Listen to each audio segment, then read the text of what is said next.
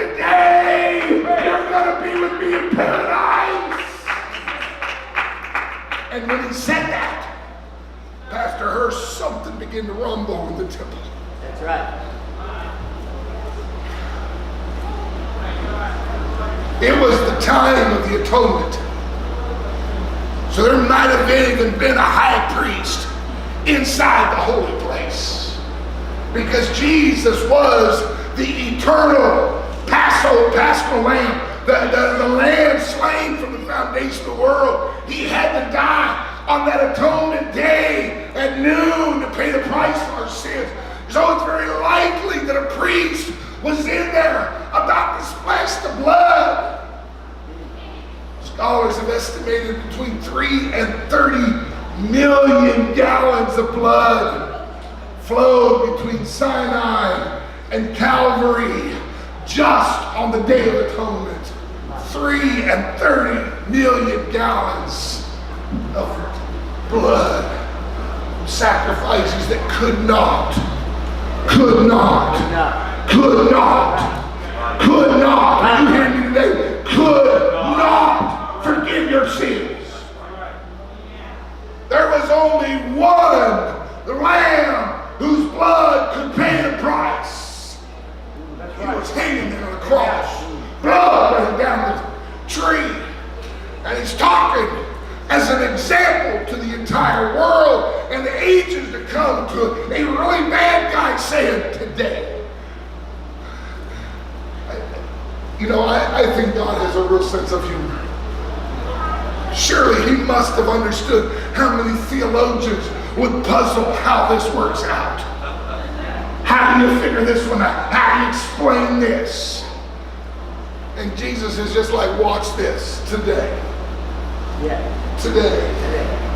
Today you're going to be with me in paradise, and in the background you can hear the veil ripping. Not from the bottom up, so some man could take the credit, but from the top down. God! Only God can rip it from the top down. That's right. Hallelujah. And he separated the veil.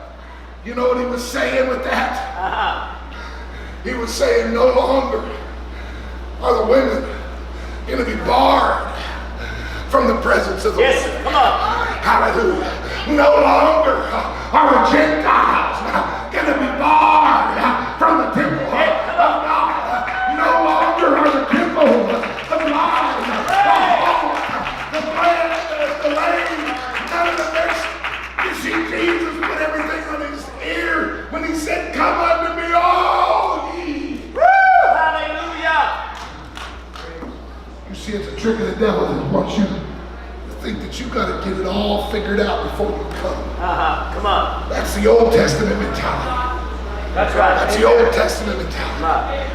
What Jesus was doing with a thief on the cross and rendering the veil was saying, come on everybody. Yeah. Come on. I don't care how many people you slept with last week. I don't care what your drug of choice was last week. I don't care how much time you spent on the boat gambling last week. I don't care how many times you've been married. I don't care how many sins you committed. Come unto me. Come unto me. Come unto me, all you believers.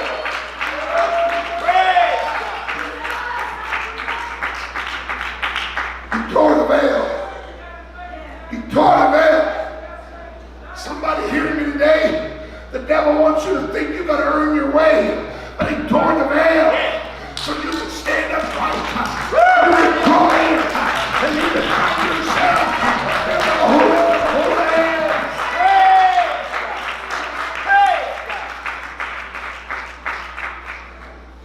He tore the veil because the little girl named Peyton was going to go to youth conference. Yes, come on. And need the Holy Ghost. Hallelujah. I said he did it because she couldn't earn her way up. She couldn't get good enough. She couldn't come with a great enough pedigree. Hallelujah. All she had to do was respond to a torn veil that welcomed her. Woman, lame, crippled, Gentile, young, old, anybody. Whosoever will. Amen. Whosoever will. whosoever will. Hallelujah. It's sad how many times people think they have got to do better. That was the point of hanging two men on each side of Jesus. One railed on him with the other. The other rebuked one. One came fearing, one came trusting, one came doubting, one come hoping, one came cursing, and one came crying, remember me. One gave up and the other held on. One went to judgment and the other went to paradise that day. Hallelujah. The invitation today is to come unto God. Come through the torn veil. Hallelujah. Bring all your problems and trials, your sicknesses, your mental illnesses. Bring them all to Jesus. Hallelujah. Come boldly into the holiest of holies and meet the God of gods and the Lord of lords. Hallelujah. He tore the veil. He tore the veil. He tore the veil because I needed a Savior. Like in innocence, I couldn't be good enough. In judgment, I couldn't listen to the best of judgment. Couldn't follow the best of leaders. I still was going to struggle. So because he knew that a boy named Joey was going to need a Savior, he tore the veil. Hallelujah. He tore the veil. He tore the veil. He tore the veil. He tore it to signify once and for all that everybody could come. Hallelujah. And we ain't careful. Can you hear me today? If we ain't careful, we do more harm by trying to sew up that veil. Come on. Yeah. Somebody hearing me today? There's a lot of churches in this world today that are spending time sewing up the veil. That's right. I was at one church. It's a good thing I wasn't preaching. It's a good thing for the pastor I wasn't preaching. He stood up in the pulpit and he says, God called me to keep all the idiots out of my church. Wow. I thought Jesus died so all the idiots like me could come to church. I heard another preacher say, I want to keep all the poor people out of my church. You understand, Jesus went to Calvary and he tore the veil so the poor could come to church. Some preachers want to keep women out of the pulpit. Do you hear me today? Some preachers want to keep women out of the pulpit, but Jesus tore the veil so women could be in the pulpit. Yes, sir. Well, I didn't realize half of you agree with me. Maybe the other half won't stone me on my way out of here, but I'm here to tell you today, he tore the veil. Hallelujah. My son Johnny was 9 years old. He wanted to preach. My American mind said he wasn't old enough. Sister Cody said if he wants to preach, he can preach tonight. That's right. He tore the veil so Johnny could start preaching when he was 9 years old because he knew that there was going to be people he needed to reach and couldn't wait until he was a ripe old man. Hallelujah. You see, God tore the veil.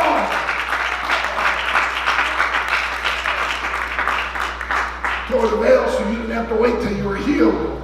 You didn't have to wait till your life was straightened out. Right. He tore the veil so you didn't have to figure out which of the last 5 wives or husbands you should be with. Can I just tell you, there's a lot of things we can't figure out. That's right. You know what I suggest?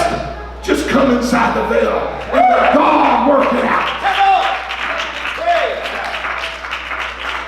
Put up your sewing machine and your needle and thread and help God tear down this veil that's kept people out for 4,000 years. He tore the veil so I could go.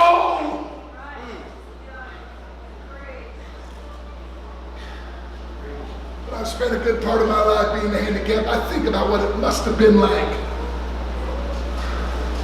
to be handicapped in Jerusalem in 100 AD or 100 BC. Ain't had no welfare. I'd be okay because I got a military disability check that comes in my mailbox every month.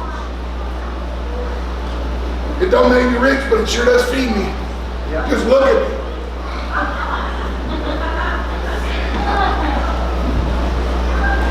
They didn't have that 100 AD or BC. That's right. That's right. In 100 BC, a widow woman only had one of two choices. Either quickly find another husband or become a prostitute. I guess she had three. She could die.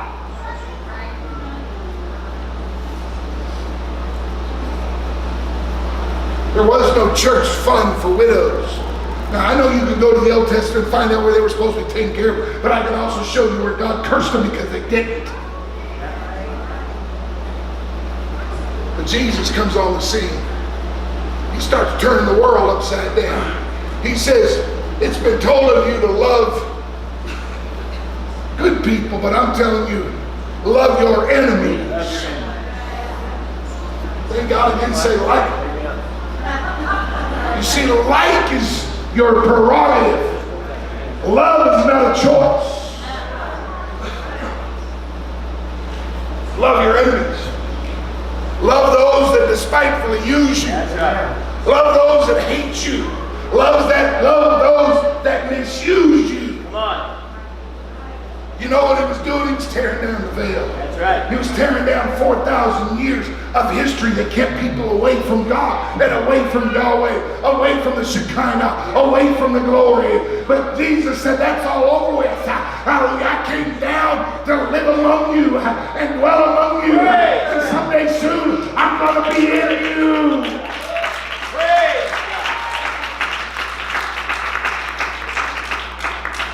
He didn't come to the priest because the priest would have co-opted. He found some fishermen, crude, unlearned fishermen. And if that wasn't bad enough, he threw in a couple of publicans, rather, and sinners. Yes, sir. How dare he? Our temple only takes the holiest people. Well, good for you. Come on. Amen. Go ahead, brother. I'm trying, brother. I'm trying. Hallelujah. He didn't come to the good people. Not that there was any good people, but really he didn't come to the people that thought they were good. Right, right. Come on. He come to the people that had been forced to stay outside the temple. The people that had been standing there on the porch, looking in. I can't imagine what it must have been like if I'd have been there. Because I'm a really nosy person.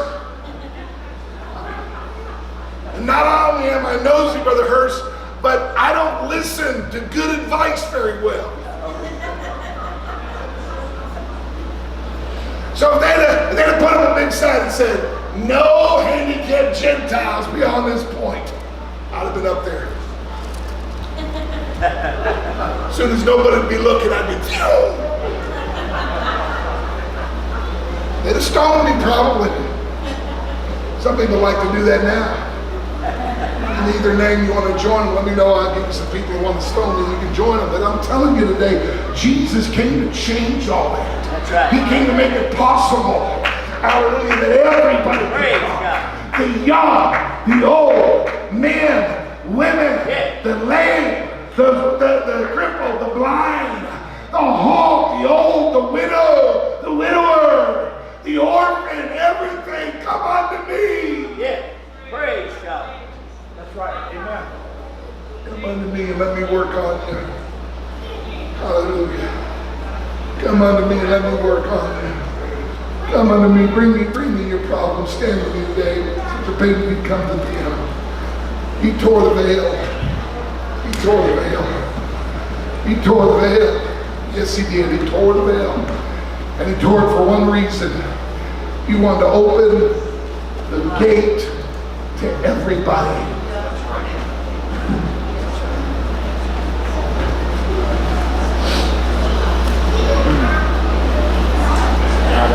One of the saddest meetings I was ever in my life I was a missionary on Bering Sea of Alaska for 4 years.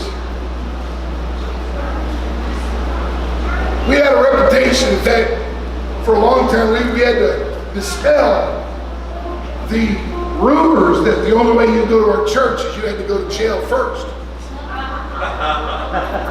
Because everybody in our church, it seemed like it got out of jail. Especially the first 2 or 3 years. Yeah. The courts knew me by my first name.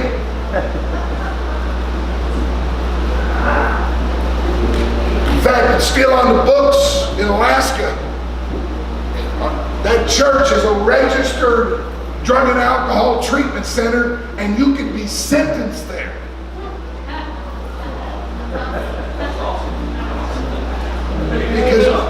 But after about 3 years, you know, the people that were then on the board, Pastor Hurst, were the drunks of the first year. The drug addicts first. And we had a board meeting. And I'll never forget one of those native men, one of our very first and earliest converts, said, Brother Peyton, we'd like to talk to you about maybe not letting drunk people come to church anymore. We'd like to just station a good couple of men outside the door. If somebody's high,